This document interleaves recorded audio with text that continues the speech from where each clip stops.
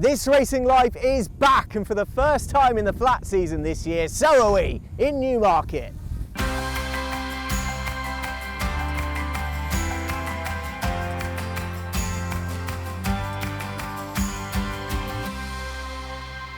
Coming up on This Racing Life, we go behind the scenes with Wathnan Racing and their Qatari turned Newmarket trainer, Hamad Al Jehani. As a part of Wathnan, we are always targeting a Royal Ascot, and if we got winners in Royal Ascot, it will be huge. We speak to Charlie Clover about following in the footsteps of brother Tom and taking out a training licence of his own. I've got very clear set goals in my mind where I want to be. Yeah, we'll have a chat this time next year and I'll let you know how we got on. And retiring Group 1 winning handler Ray Guest reflects on his racing life. I'm not retiring saying, oh, the game's gone or anything. I still love it, and as I say, we've still got 2 horses now. I've got shares in horses with Jack, and I think I'm very lucky.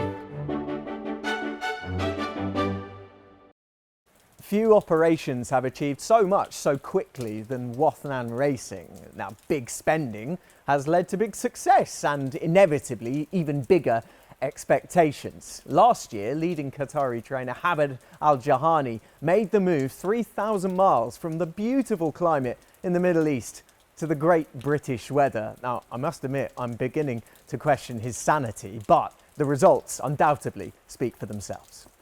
The obvious first question is, why would you trade the beautiful weather in Qatar to come here? It's raining, it's a filthy morning.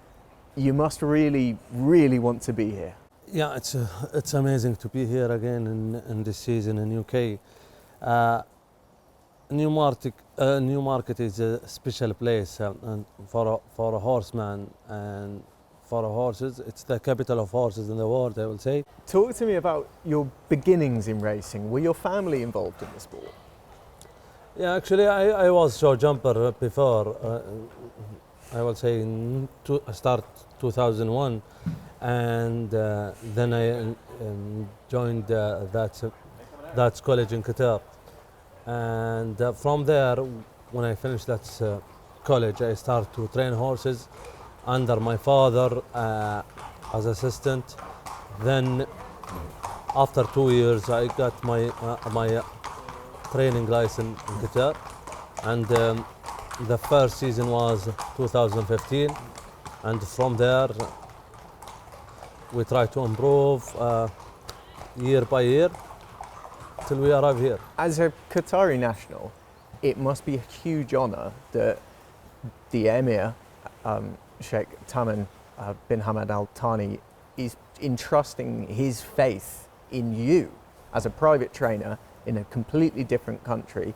That must give you a real kick. It's never been in even my dream, to be honest, to get that support and to see the biggest owner in Qatar, I will say, Wathnan. They start just, it's a new operation in Qatar, and they select me. It's a huge pressure, I will say, and to be one of the team for Wathnan, it's really make a big thing for me. I talk about being part of an operation at an extremely exciting time. In this country, Wathnan Racing is still in its infancy, really. You're only just starting to get going, and you're learning together through the process. The main thing for Wathnan to be in the big races, to be more involved in the biggest meeting during the season in Europe. We can see Wathnan, they got the Gold Cup, I would say in the second year for Wathnan career. They start as a big owner in the racing world.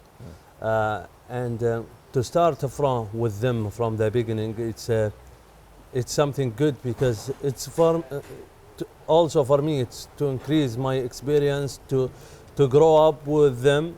I can say Wathnan, they start a big, but I should try more hard to be in the same level. For anyone who doesn't know exactly the size of your string of horses in Qatar, it's a big string. There's loads of horses, you'd need that to put the kind of numbers on the board that you have done season after season. It's a bit more select over here. There are fewer horses. What was it like going from being in charge of a big string of horses to a slightly more select group of horses? There have got to be differences in how exactly you approach things. To be honest, it's the best way to start in England, because if I start with the same number of horses in UK, same in Qatar, I can say I will got lost in the beginning. So I need to start with a small number. So I need to learn more about UK. It's different to watch the races from out of the country than to be a part of the racing here. Mm-hmm. So I start with 3 horses or 4 horses in the beginning.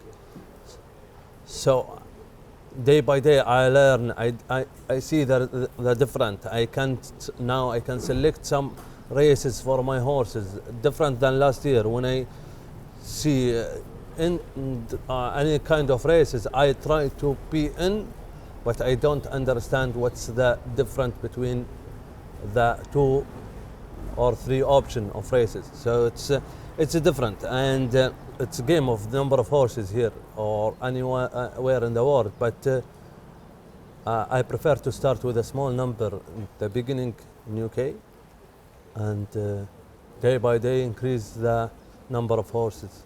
It was a great start to your time here last season. 10 winners in Europe, including a first crack at a really big race and winning it over in Deauville. How would you assess your first season over here? It's I will say we passed our target in UK last year. We just, as I said to you, we just want to learn to understand more about England, and to learn and got a good result. It's the best, I will say. But our level from last season, we was really happy to make more wins. With 10 wins, we make that first group in Europe with Make Me King. To be in Ascot, to be in big races, Epsom, it's a great season for us. It's not just you in this position as well, because for a good chunk of the season, your family come over here as well. What did they make of the move? Were there nerves exactly about taking your family 3,000 miles up into the Northern Hemisphere?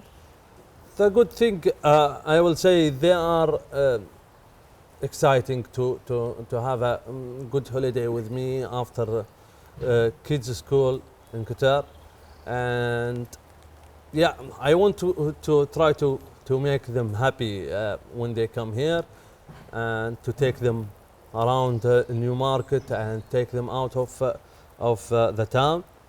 So they are happy to be here. Are they interested in racing? They are still kids, but they save the good horses' names. So I think they will be in horses soon. Looking ahead to this season, is there one particular target that at the end of the year, if you look back and say, we achieved that, that makes this a good season? What would that be for you? As a part of Wadnan, we are always targeting a Royal Ascot. And if we got winners in Royal Ascot, it will be a huge moment, I will say. As well as Hamad's Wathnan team, Kremlin House Stables is also home to Tom Clover, who is not the only Clover in town anymore. His brother Charlie is the latest one of the family to make a go of it as trainer. Charlie, great to catch up with you. I just want to take you back to the beginning, because I think it's fair to say it was always going to be horses for you, but being a racehorse trainer, maybe not exactly on the cards at the beginning. Yeah, I mean, always had a lot of equestrian roots, and Mum set us, all the boys, 3 of us, out on horses from a young age. But certainly I got steered down more of a eventing route up until about the age of 21. Enjoyed that with some levels of success across a decent level of eventing, but eventually saw the light, and Tom probably steered me slightly that way. But got introduced to racing around that age and quite quickly diverted onto that track. So what was that catalyst? When exactly was that eureka moment? Probably the very first day I rode out for my brother. Instantly just fell in love with the speed and the quickness of just the game as well. Like, it was more of an industry behind it. I felt I could see how you could scale it up, and the way you produce these young horses for flat racing was just so addictive that I had to get more involved. So you got the bug from Tom, Yeah. and then it came time to further your education in a different jurisdiction. You're not the first, you definitely won't be the last. You went to White Birch Farm over in Connecticut, Yeah. is that fair? Yeah. And the Christophe Clement. What did you learn from there in your time there that you've been able to still draw upon? White Birch Farm, obviously you just got exposed to such an unbelievable quality of young horses there. Seeing them from start to finish was just, you're sitting on some of the best horses, bred horses in the world, and that was a real privilege. And then Christophe Clement, being able to spend some time with him, go racing, watch him work, shadow him, ride for him on the track, was just awesome. He's got an infectious personality, loves what he does, and taught me so much.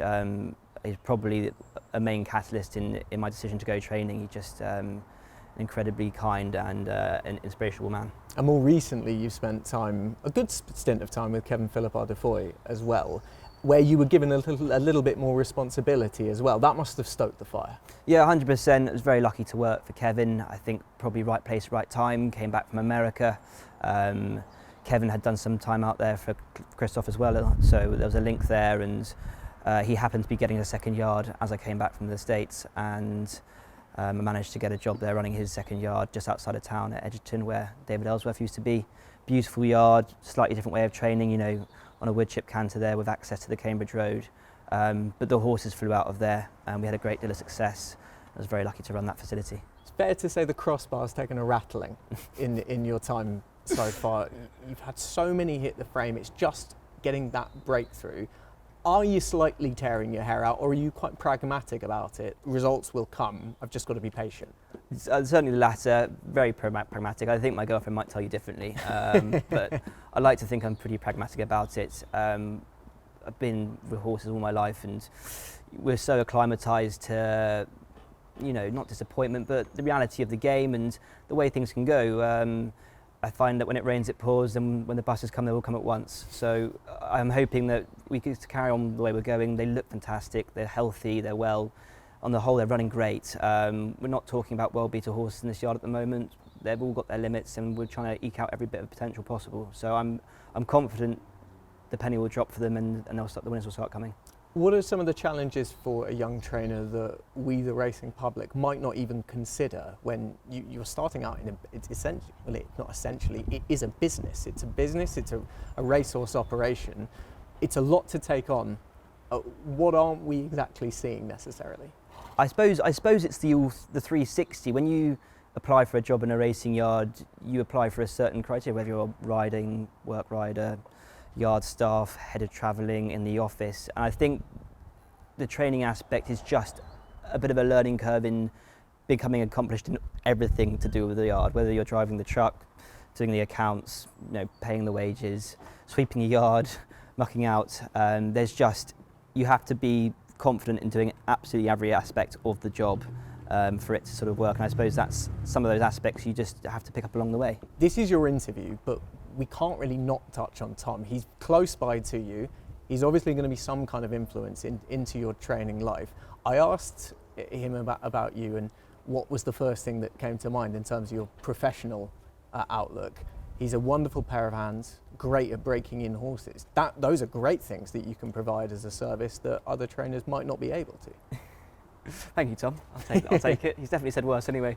Yeah, look, I'm massively lucky to have Tom and Jackie on board. They've been there and done it, and not that long ago, where they've only been training 7-8 years, and to have their experience and wealth of knowledge on the end of a phone is so important. I pester them on a very regular basis, just about the small things that you just wouldn't know about had you not done it before. So it's been invaluable, and having them so close by, it's a real bit of extra armoury for me, I think. Talk to me about the horses. How many are in at the moment? What kind of level would you like to get to, say, within the next couple of years? Any particular number in mind? Well, there's 12 in training at the moment. There's space for another 7 here as we stand. We'd love to get those filled up as soon as possible. And then once we're up to that stage, I suppose it's just a case of increasing the quality and trying to deliver the results. I want to be disciplined about, putting out nice horses out. And in terms of time frame of that happening, the sooner the better. But in the same breath, you can grow too quickly, and at least things have happened organically enough that we've managed to cope with growth, and we've gone from having a handful in on day 1 to 12 now, and hopefully we'll be at 20 plus by mid-part of the season, and that would be just building it up from there. Are you a target-based trainer? Are you looking at a particular number that you would like to get to, say, by the turn of the calendar year next year, I'd like to be at this point? Yes. So what might that be? It's in my head, and okay. That's fair. It's probably where it'll stay. But there's definitely, I've got very clear set goals in my mind where I want to be, we'll have a chat this time next year, and I'll let you know how we got on. When it comes to a racing life, you'll be hard pushed to find someone who embodies that sentiment more than Rae Guest. And what a career it's been, both in the saddle with countless classic successes around the world, and as a trainer with Group 1 success at the highest level. It's only into his 70s that he's deciding to call time on an illustrious career with a licence. Rae, you've had a career where it's hard to earmark exactly where to begin. You've packed so much into your time in racing. Maybe take me back to the beginning and just give us an idea of the family dynamic around racing. Plenty of Guests were involved. My father was one of 3 brothers who rode, Joe Guest, Nelson Guest and my dad. And Nelson was stable jockey to Sir Gordon Richards. Scobie Breezy was first jockey, and then Edward Hyde. When I was still at school, I used to go to Sir Gordon Richards for school holidays. So when I left school, I went there to be apprentice, and I had a couple of rides for him. Finished second on one at Ascot, but then he retired, and my uncle, he got offered another job to go to Denmark to train, and I was going to go jumping, and he said to me, "Oh, don't go jumping, come and ride in Denmark with me." So I was young, and I thought, well, that sounds interesting. Hadn't been outside of England at that time. I had a great time there, rode classic winners, every classic there was. Kirsten Rousing, they had a big stud, their family, rode their first big winner, Danish Criterium, and she always tells the story that that was the only mare she brought to Ireland when she left 40 odd years ago. In the meantime, I was riding in India in the winter, which was a bit of luck because it was hard to get jobs there, because there was no Dubai, or Hong Kong was hard to get into, and rode classic winners there. And my uncles decided to come back to England, so I thought, well, I'll see what I go back with them, see what I could do. And as luck would have it again, I was walking down the high street and somebody said, "Oh, Luca's work rider's leaving next week, why don't you come and see him, see if we can get a job riding work?" So I went to see Luca. He said, "Oh, you can have a job riding work, I don't know how many rides I can give you." So anyway, we started off like that. Well, let's touch on Luca, because that's a powerful yard to Yeah. come back to the UK and rejoin. Yeah. You joined in the late 70s. In the 80s, Luca Comani had long burst onto the scene of UK racing. It was one of the top yards in the country. Oh yeah, definitely. Cecil, Stout and him were the top 3 in Newmarket. And I mean, he was a great trainer, and we had some quite wonderful times. And I was lucky enough to be able to ride some really good horses. I'd probably ride 10 winners a year. Yeah, I'll be riding in Group 1s on Ptolomeo, and riding Group winners, rode in the King George when he's third in the Ledger, and I was getting 10 rides a year. So to be able to, and rode Comanche running his first races, Ben, and all good horses, What influence did Luca have on your career? Very big. My uncle Nelson, who was the one who took me everywhere, he was my early influence. But as a trainer, seeing how Luca did it, which is probably not the way nowadays, but it was the right way, for me anyway. Let me bring you around here, because I'd love an explanation about this picture. Jockey there is William Buick's father, Walter Buick. We both used to ride in Scandinavia. I was riding in the Ark actually as well for Luca on that day, the lead horse for Keazi. That's when Sheikh Mohammed and his brothers just started, There weren't Godolphin or anything in those days, it was just Sheikh Mohammed. And you can see how keen they were even in those days, listening to me. And she was called Free Guest. And when she came into the winner's enclosure, Peter O'Sullivan was the commentator then, and he said, "Here comes three guests, by be my guest, ridden by Ray guests." We find ourselves in the late 80s and you've decided to go alone. What was the catalyst? What was the spark to make you finally go, I'm going to have my name on the licence and I'm going to go it alone? I was 39, I suppose, and at the time I would be quite tall for a jockey. So, and the weights. How tall are we talking? 5'7". That was tall for a jockey? Yeah. Okay. Now that I look up to them. But the weights, like 9 stone would be the top weight in maidens, 8'11", 8'9" for fillies. So I could do 8'9" with a push, you know, and it was hard work. So that was one thing. As you get older, it gets harder. I'd already had a yard in the town where I first started training, so I already had that as a sort of pre-training, if you like. It wasn't called that in those days, but I had horses for Luca and everything, and also Frankie Dettori had joined the yard. Ray Cochrane was first jockey. I mean, I think the year I retired, I rode 42 winners, which probably not sound a lot in these days, but in those days, the champion jockey could ride 100 winners, you know, so it wasn't, you know, so it wasn't like I wasn't going well enough. It just seemed the right time. Oldburn, Yeah. first season, Yeah. she takes you to classics on both sides of the Irish Sea. Yeah. She's that marquee horse that Yeah. any young trainer would need. Yeah. Oh yeah, I was very lucky to get her. The owner was a bit volatile, I suppose, but he had Paul Hamlet riding for him, who was my friend and had been at Kilmarnock with me, and he was looking to move the horse again after having a good 2-year-old career. So Paul suggested me to him, and we met, and he was like me, and so he moved all his horses to me. So I had her chance, bit of luck again, I suppose, in my first season. And lucky enough, she was third in the English and second in the Irish. The owner decided he was going to sell her. So one of my contacts from India again decided in VJ Matter, I was looking for a nice horse, and I said, well, you should buy her. So he bought her, and then she won listed race at Sandown, and then she went to America, won a Breeders' Cup trial for a lot of money. So yeah, she was my star horse to start with. And then Millen came the next year after that. You wouldn't have to wait too long for arguably one of the best horses you ever trained, right up there, My Emma, Yeah. a dual Group 1 winner, who has, by today's standards, one of the most interesting campaigns that you're likely to see. But just give us an idea of exactly the story behind her and where we would see her turn up. Well, she's another thing. One of my friends, Paul Tolk, jockey, Ian Matthews, and she was working really, really well. And I said to Ian, I think she's a group horse. He said, oh, we'll run her in a group race. And she only had the one run, run her in the Haydock, Lancashire Oaks. And Fergal Lynch rode, and I said, look, she's having a second run, but I think she's a nice filly. Give her a nice run. Don't try to get there too soon, just gradually race through the field. Anyway, he hits the front 2 out, and she just ran green, finished 5th. So anyway, we're pleased anyway, pleased with her, but disappointed in another way. So then we won our maiden, and then she went and finished 3rd in a Group 3 in France. Cash Ashmusson rode her, and I said, I'd like to go for the Vermeil, she would be all right. He said, oh yeah, put her in that and I'll ride her. Anyway, then she went and won that. And then we went, she had one run before she ran in the Yorkshire Oaks the next year, and she won that. And I told Darryl the same thing, don't hit the front too soon.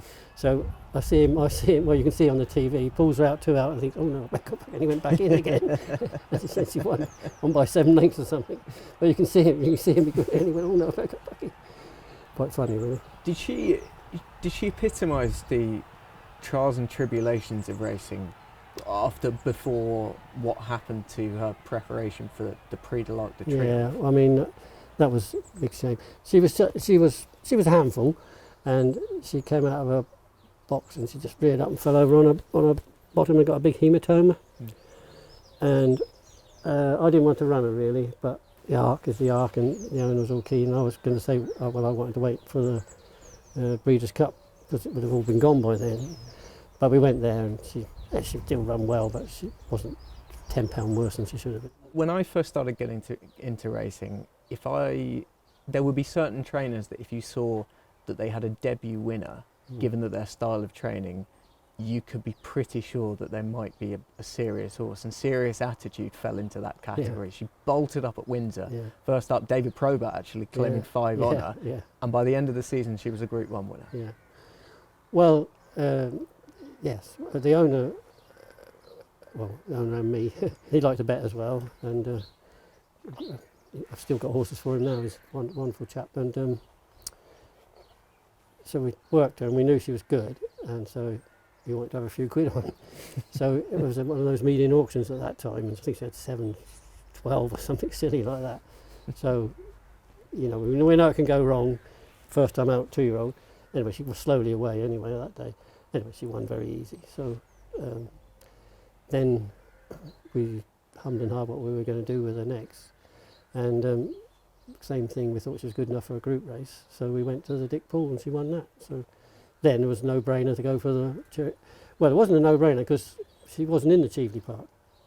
You had to supplement her. She was in the sales race, Mhm. which was 100 grand, you know, looked like, and she only had about 7 stone something in it again. So she would have been a certainty in that, but the Cheveley Park's Cheveley Park, isn't it? And we had the money from the Dick Pool to supplement her, so it worked out. Yeah. And this was at a time when the Cheveley Park, it had just come almost, Group 1's never got out of fashion, but in terms of being legitimate Guineas trials, you'd had a French horse, Natagora, I think the previous year, do that particular double. You had to go for the Guineas thereafter. Yeah, yeah.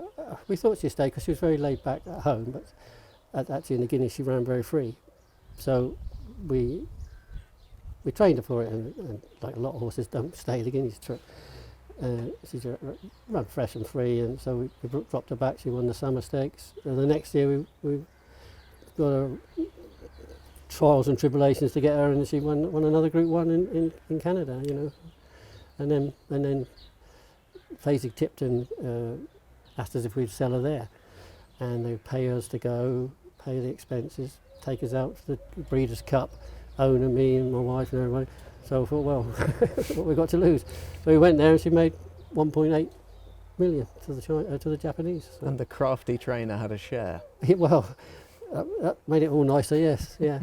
and I was very pleased with my owner because he's been with me right from the day I was riding. Well, not the day, but from when I was riding. So we're probably 40 odd years together, you know, and he's still a friend now, you know. Still. Am I right in thinking Serious Attitude was 7,500 guineas? Yeah, Paddy Toomey.